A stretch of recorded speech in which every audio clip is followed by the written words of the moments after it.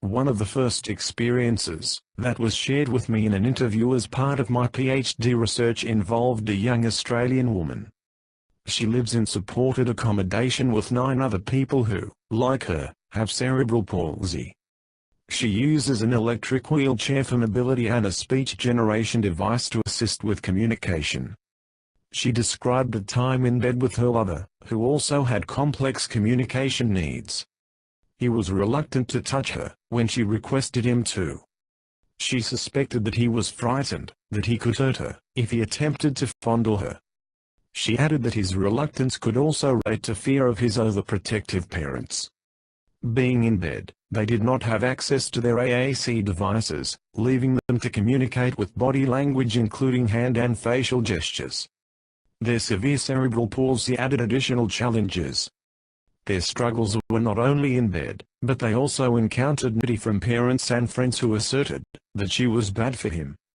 This story highlights the additional issues that people with complex communication needs face in developing romantic or sexual relationships. And this is the main focus of my PhD research. This morning I am going to take you through the research project I am conducting as a part of my PhD. First, I will present the background and the methodology of the project. Then I will share with you some of the preliminary findings from the early data collection. Lastly, I will discuss the additional design issues that needed to be considered, because the participants and I have complex communication needs. The AAC field has focused and shown positive outcomes in promoting and supporting people with complex communication needs to live a satisfying life in areas such as daily living, education and employment. Unfortunately, my initial review of the literature suggests there is little research and even less information on practical support in the areas of developing romantic or sexual relationships. I conducted a systematic review of the literature, which investigated the perceived barriers and facilitators people with congenital physical and communication disabilities experience in socializing, sharing intimacy and expressing sexuality. The review found that most of the literature focused on people with acquired disabilities, and had a poor representation of people with complex communication needs. The people in this group seldom had the opportunity to contribute to the research. Furthermore, the AAC literature focused on supporting people in social networks, and on protection from sexual abuse, which are important areas to focus on, but with almost nothing about healthy adult relationships. The systematic review and a general review of literature highlighted that people with disabilities are sexually active, yet little is known of how people with complex communication needs successfully develop intimate relationships. Only a few studies within the review called for improved access to sexual health services, and to counseling on issues such as relationships and sexuality. The systematic review identified the need for future research into the lived experience of people with complex communication needs in developing romantic or sexual relationships. My PhD research questions are: what are the lived experiences of people with complex communication needs in developing romantic or sexual relationships? What are the barriers to developing romantic or sexual relationships for people with complex communication needs? What are the facilitators to developing romantic or sexual relationships for people with complex communication needs? This research is deliberately seeking lived experiences and perspectives in an area that is seldom discussed openly. By doing so, I hope to empower the participants to contribute to society's understanding, and to the improvement of services that can support them in their pursuit of successful romantic or sexual relationships.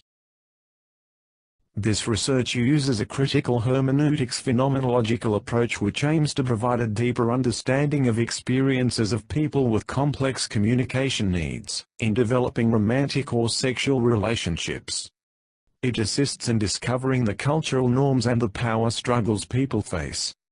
This approach can also give voice to the marginalized and most commonly uses in-depth interviews to explore people's lived experiences. The interviews are conducted either face-to-face or online using Skype, allowing international participation and taking into account the abilities of participants. As is common in AC research, the interviews are videoed to ensure people's responses are accurately captured. In the design of this project, because the participants and I have complex communication needs, I have had to give extra consideration to the following methodological issues, which are often taken for granted by researchers. The additional time and energy that the participants will require. The literacy of participants. The effect of having personal assistants or family members present assisting in the interviews. The need for alternative methods of obtaining and verifying informed consent. The additional time and energy required for me to manage the project due to my disability. This has been a significant issue, as it affects nearly all the elements of the project. The aim is to recruit up to 10 participants with congenital physical disabilities and complex communication needs, mainly from Australia, the UK, the USA, and Canada. Purposeful criterion sampling is being used, and the inclusion criteria for participants are displayed on the slide.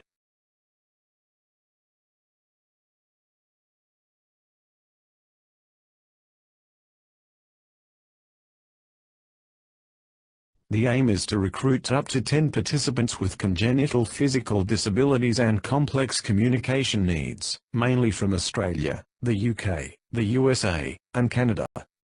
Purposeful criterion sampling is being used, and the inclusion criteria for participants are displayed on the slide.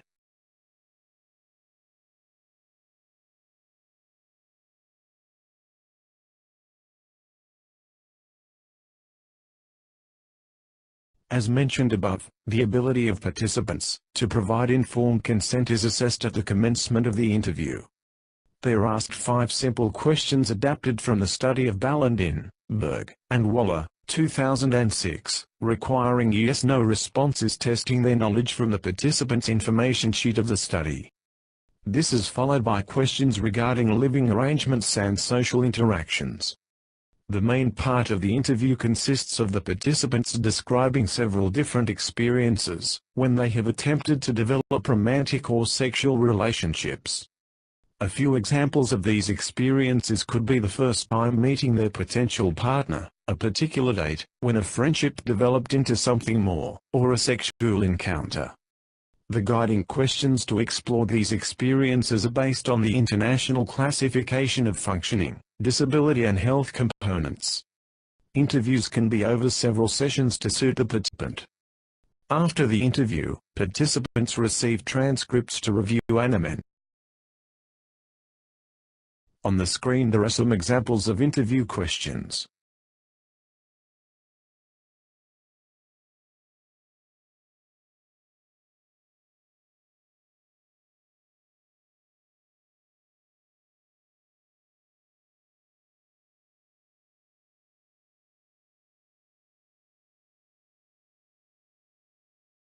Participants receive the interview questions beforehand, providing them time to prepare their responses.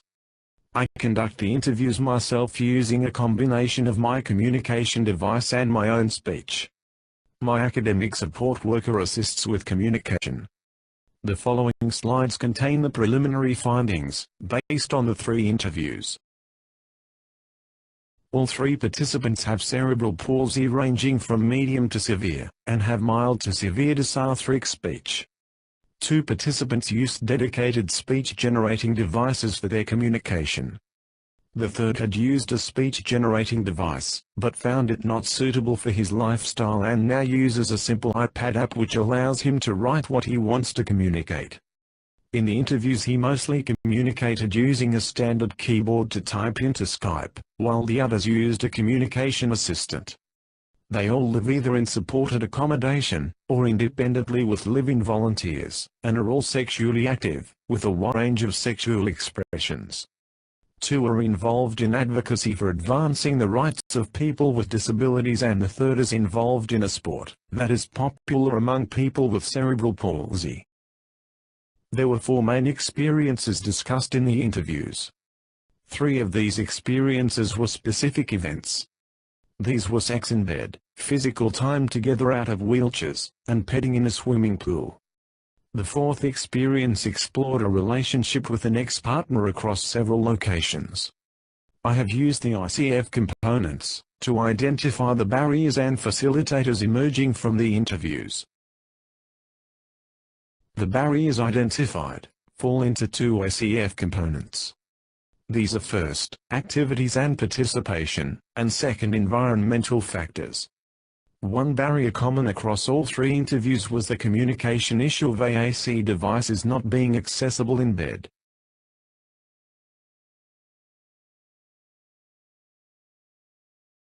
Four barriers were identified as environmental factors.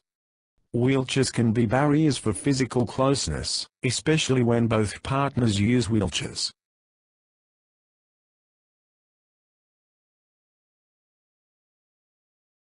Lack of privacy, especially in supported accommodation settings. One participant had booked a room for our interview, but even then she was interrupted by a parent of another resident of the house.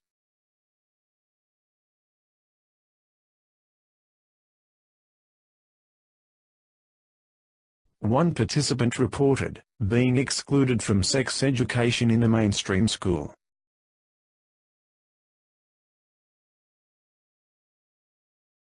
People can be prevented from exploring their sexuality because their friends, family, or support workers can be overprotective, due to fears about physical or emotional abuse, or exploitation.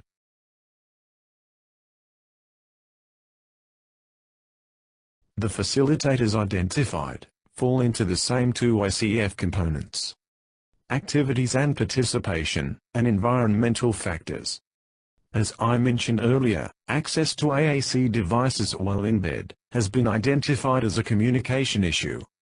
However, to overcome this, several of the participants reported using various AAC strategies, such as closed questioning, requiring yes-no responses, and body language, gestures and physical cues.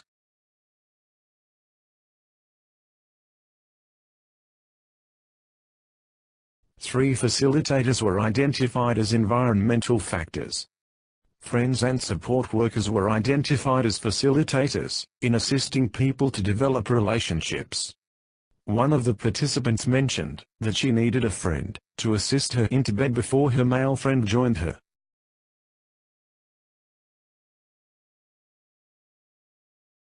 Another participant reflected that it was important to share physical time together out of their wheelchairs, but this relied on staff who were willing to help.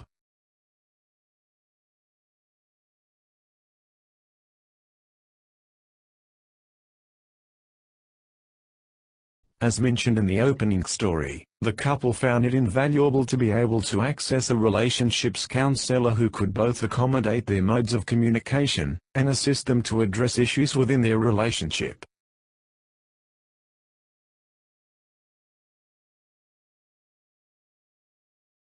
An interesting finding was that when participants were describing experiences involving partners who also had complex communication needs, they tended to talk about the difficulties their partners had, rather than their own. For example, when they were asked, "What effect did your physical disability have on your experience?" it was difficult to get them to comment on their own personal disability.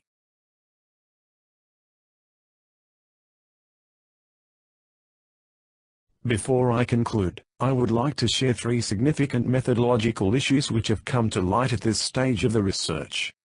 First, a good PhD requires much dedication, persistence, and time to do it well. When both the participants and the researcher have complex communication needs, the time, the dedication and physical effort required is much greater. In addition, the extremely sensitive nature of the topic makes this research highly challenging. Second, conducting qualitative research that is really about spending time and listening to other people with complex communication needs to understand their stories, is time-intensive. However, it is vitally needed, so we can start to understand our lived experiences, rather than relying on what others think we experience. The 3-hour time allocation for each participant's interview is really only enough time to scratch the surface. Third, transcribing interviews is a long drawn-out process for most, and is even more so when both parties have complex communication needs. It is a team effort between my academic assistant and me, who complement each other's abilities in understanding and transcribing the interview. However, I must tell you, at least we do have some good argument. Support for adults who have complex communication needs is mostly focused on education, daily living skill and employment. This research demonstrates that support in what is central to being human, that is developing romantic or sexual relationships, is almost non-existent. The couple I mentioned in the beginning who have complex communication needs were fortunate enough to find a counselor to assist them. Their story brings into focus the extra struggles they face. It also highlights the need for further high-quality research that focuses on theoretical and practical outcomes, to enhance support for the development of social relationships and sexuality. It is hoped that my research will be a catalyst for further research and services, to help meet these needs, and offer lovers who use AAC real advice and support in developing relationships.